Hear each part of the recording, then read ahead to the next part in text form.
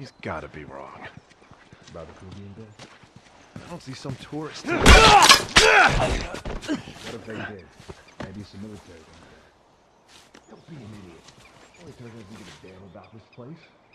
If anything from tourists on luck, we'll find it. Man, I miss old games. Where's the creativity? Where's the zazz? Where's the originality?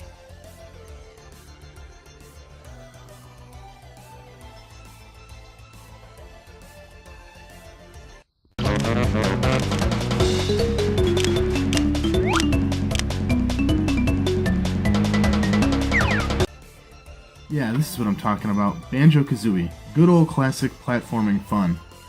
Why don't games like this exist anymore?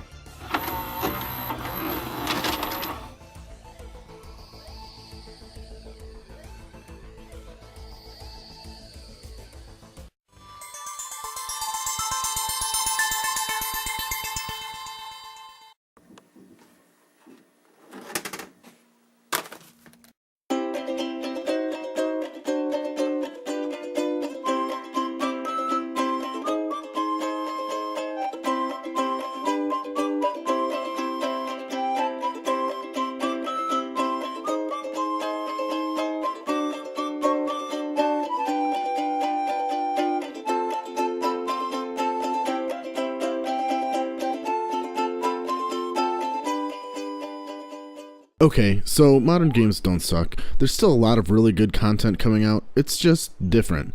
Gaming tends to work in shifting trends. In the 80s, probably due to hardware limitation, every game seemed to either be a beat-em-up or an action side-scroller.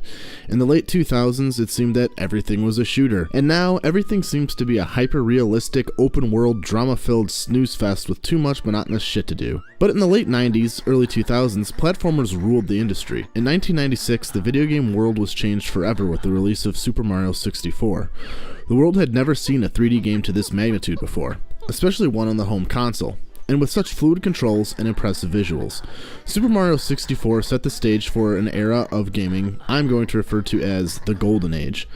The days of the N64, the original PlayStation, and by extension the GameCube, PS2, and Xbox were the golden age to me. So many classic games came out for those systems, and at the time, like I said, platformers were king. I mean, look at this: Super Mario 64, Croc, Crash Bandicoot, Glover, Spyro the Dragon, Gex, Bubsy 3D, Cow the Kangaroo, Sonic Adventure, Jak and Daxter, Ratchet & Clank, Sly Cooper, iNinja, Psychonauts, Voodoo Vince, Blinks, Billy Hatcher, Tak and the Power of Juju, Ty the Tasmanian Tiger, and sitting on the top of the golden throne were those games of Rare: Donkey Kong 64, the legendary Conker's Bad Fur Day, and of course Banjo-Kazooie and Banjo-Tooie.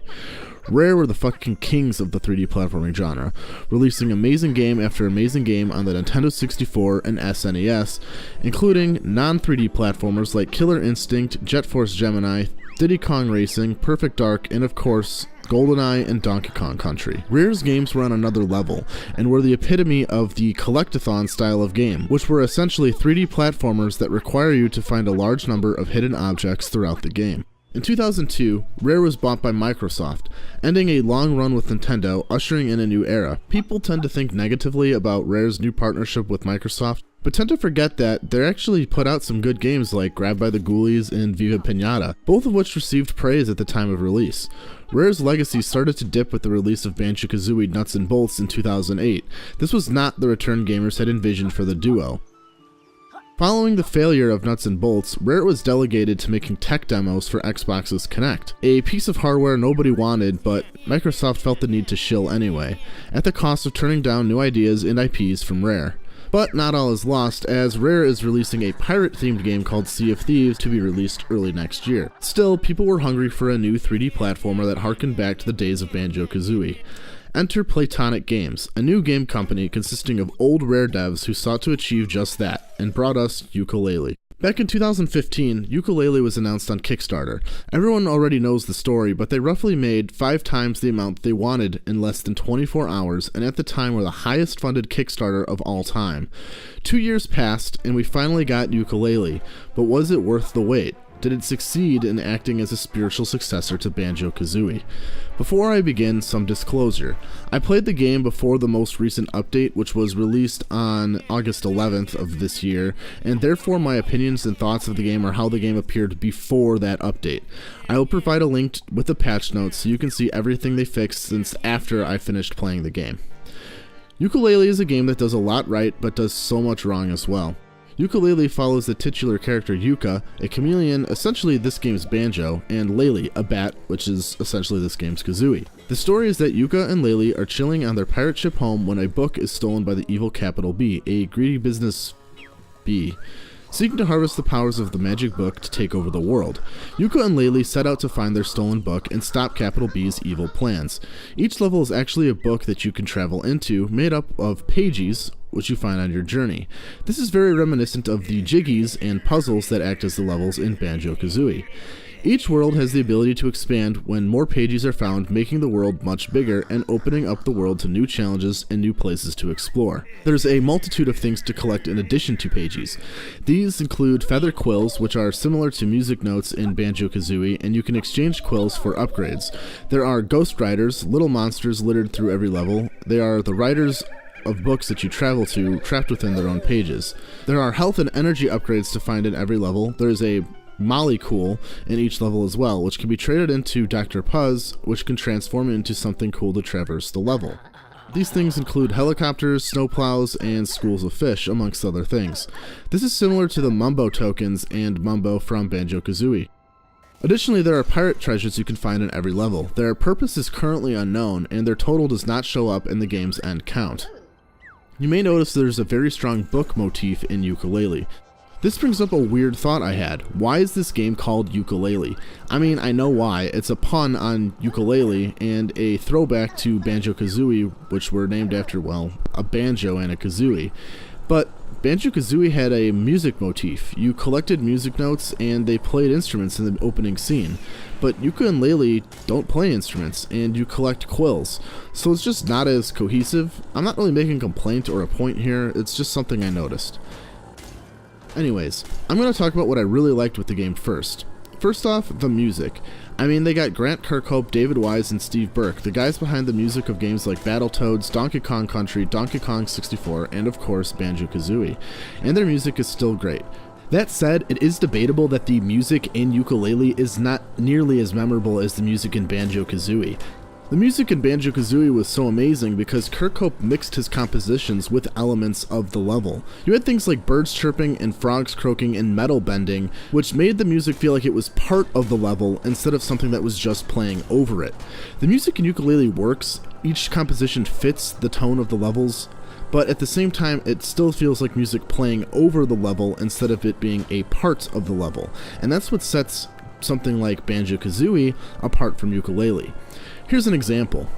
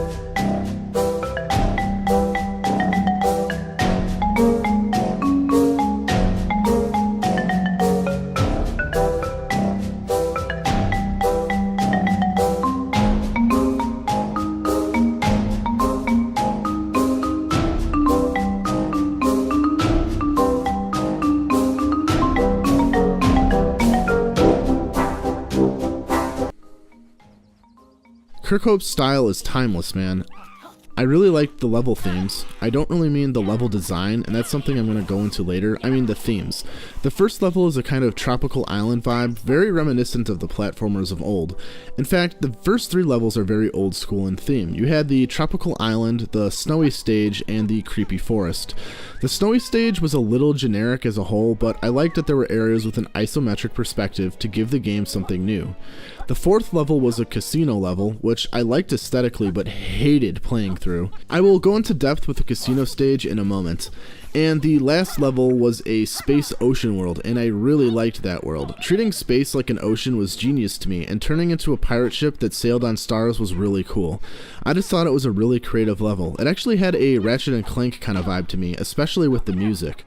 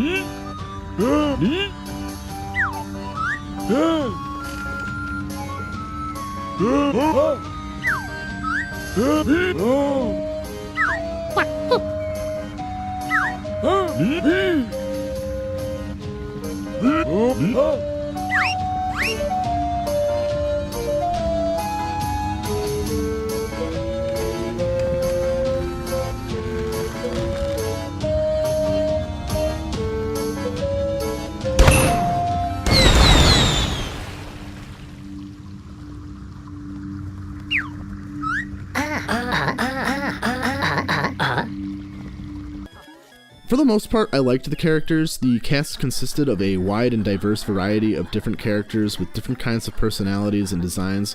Sometimes the characters fit the level themes better than others, but to me the NPCs are very reminiscent of the Banjo-Kazooie cast, complete with googly-eyed inanimate objects and animals. The gibberish speaking also didn't bother me at all, as this was how Banjo was, and I probably would have been more displeased with fully voiced acting.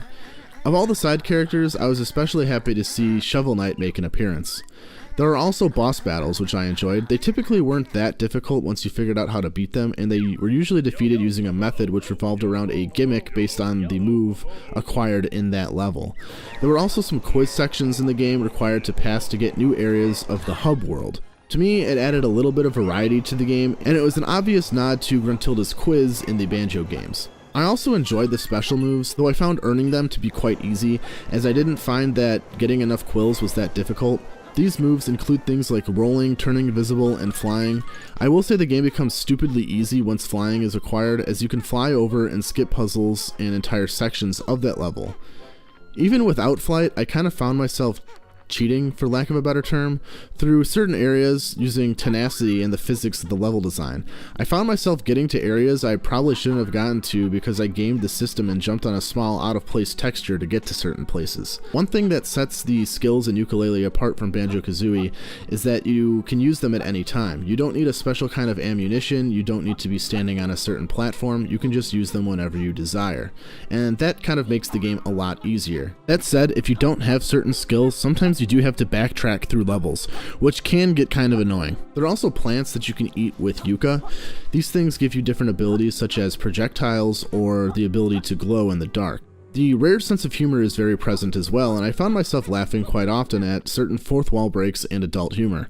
For example, Trouser is the character you can buy special moves from. He's also a snake, wearing pants. An obvious nod to the term trouser snake. Another example is that you can turn into a flower, and the female flowers in the map bring up being pollinated, obvious inferring sexual activity. The overall feel of the game is very old school. The game controls like you're playing a game on the N64. This is especially apparent in the flight and rolling controls, which I feel were really slippery and honestly hard to control. On one hand, I would have liked some more accuracy and easier to control movement when it came to these things. I mean, this is the PS4, we're capable of accurate controls now, but on the other hand, I did kind of like it because it felt like I was playing an N64 game. Another example of something I liked, but it actually is a negative, is the game's physics. They're a little rough, and they certainly feel dated. The biggest example is when you smash through things, instead of falling through the object, you kind of float there as the sprite disappears before you fall through. This is an extremely outdated thing, as this is a modern game, but if this was on the N64, it would seem pretty normal. Speaking of games on the N64, remember Chameleon Twist, that old Sunsoft platformer? You play in a chameleon in that too. I'm not really going anywhere with this, I just thought it's cool and wanted to sneak Chameleon Twist into this video. Anyways, let's get on to what I didn't like about Yooka-Laylee, because even though the feel and presentation of the game is great and nostalgic, the game is far from perfect. First is the level design. Remember how in Banjo-Kazooie levels were small and organized in a way that you naturally explored different paths which led to different challenges and things? And in Banjo-Tooie they expanded on that premise but simply made the levels bigger. Well, Yooka-Laylee attempts that but ultimately fails. See, the idea behind using pages to expand the levels was essentially to set up smaller versions of the level like Banjo-Kazooie so that you can get the basic layout and then expand them to a Tooie style large area. Now, me being the weird person that I am, I actually did play through the levels that way, but I could see other people just jumping into larger levels right off the bat since there's little incentive to wait before expanding the level. The levels are too open and disjointed as well. Instead of a cohesive world with obvious paths all contributing to a single level, the levels in Yooka-Laylee feel more like individual pieces than a solid whole. These pieces all share a central theme, but it lacks a sort of cohesion and direction. One simple way to have fixed this would have been to utilize quills like how the music notes in Banjo-Kazooie worked. In Banjo, the notes acted as a guide of sorts. Yes, you needed to collect them, but they were usually placed as breadcrumbs leading you to your next challenge. You'd also find large clusters in areas that you had not explored yet. In Yooka-Laylee, the quills are more hidden and separated for the most part. I suppose this was to encourage exploration of every nook and cranny of the level, but the quills should have acted like breadcrumbs leading to challenges and places to explore, with pages feeling the need to explore every nook and cranny. The quills sometimes do kind of act like trails, but for the most time they're kind of isolated off with only one or a small handful in an isolated area. Without the trail of quills, there's a lot of aimless wandering that can occur, and to put it simply, because of this, the levels feel too open. Now, don't get me wrong, there's still a lot of fun to play through, but they still feel a little open, especially compared to those of Banjo-Kazooie. Despite the main sections of the levels feeling fairly open, I feel like the smaller little rooms and challenge areas of each level are actually pretty well designed and are fun to play through. Another big complaint was the lack of enemy variation. In Banjo-Kazooie, enemies differed depending on the level. You fought ants, crabs, grublins, vegetables, mines, etc. Each enemy was well designed, fit the theme of the level, and attacked in a different way. And each level had entirely unique enemies from the one previous to it. In Yooka-Laylee, you really only had a handful of enemies, and the enemies repeated throughout the levels. You have bees, jellyfish, brutes, and all of those repeat in every level. And corplets, which act as the basic enemy. While each level does have a different type of corplet, they're just reskins of the same enemy. And lastly, you had the googly eyes. The googly eye enemies, I actually think are a great enemy. They're the signature rare, now platonic, googly eyes that can hop around and attach themselves to any inanimate object around them. I just thought that idea was really cool, especially considering how lively inanimate objects became such a staple in rare/platonics games. Some minor annoyances arose with some basic game design as well. The big one being, while the music composition was great, I felt the sound design in the game was very weak. Attacking felt like it had little to no impact, both in how enemies and Yooka react, and there's a distinct lack of sound effect when hitting the enemy. It made fighting feel lackluster, to be completely honest. The NPCs also just kind of awkwardly stand around too. Like, I get it that in Banjo-Kazooie the NPCs in the game just stayed stationary in set locations, but it's still a little weird when you complete a quest for someone and they're just standing around in the same spot, not reacting to anything that just went on. It's one of those things I feel like they could have modernized a little bit to make it a little less awkward. The artificial difficulty of the game is a big complaint as well. Certain challenges like races and Rextro's minigames and Karto's segments were really hard, and I feel they were hard for the sole purpose of extending game time. They're frustratingly difficult at times, and it sucks because it makes the minecart segments and minigames cumbersome instead of something to look forward to.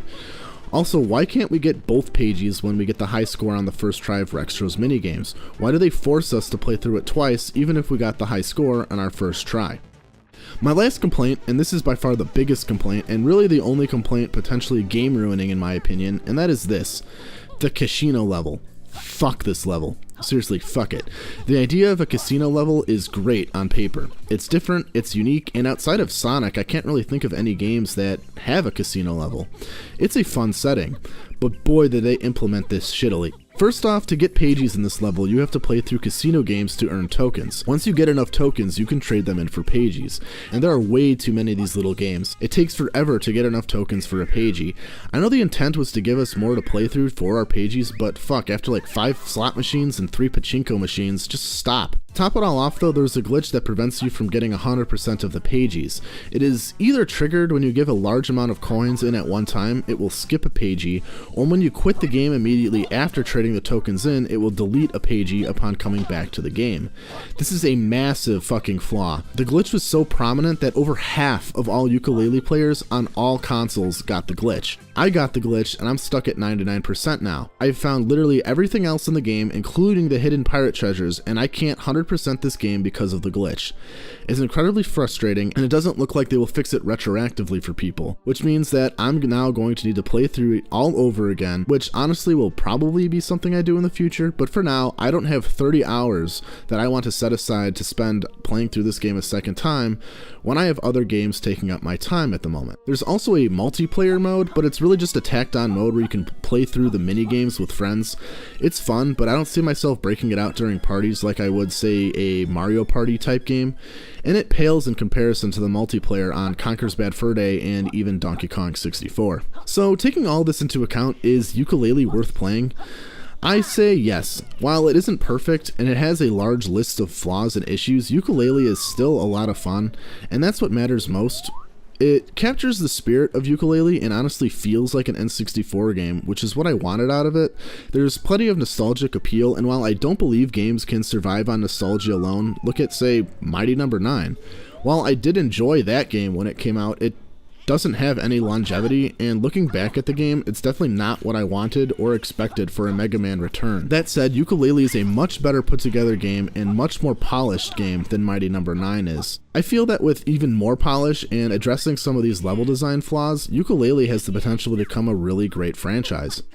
I love platformers, and I'd love to see a bit of resurgence in the future. I think the release of Yooka-Laylee and the Crash Bandicoot remaster and the upcoming Mario Odyssey will reinvigorate the interest in these kind of games, and hopefully we'll see more. The only other modern AAA 3D platformer that I can think of in recent years was Knack, and while I didn't actually play that myself, I saw that it was largely panned by critics. There actually is an upcoming indie game called A Hat in Time, which promises a return to the collectathon games of old, and that actually looks really good, so I will be checking that game out once it drops. I believe that comes out in October at some time. So let us know what you think of Yooka-Laylee. Like, comment, and subscribe, and we will see you next time.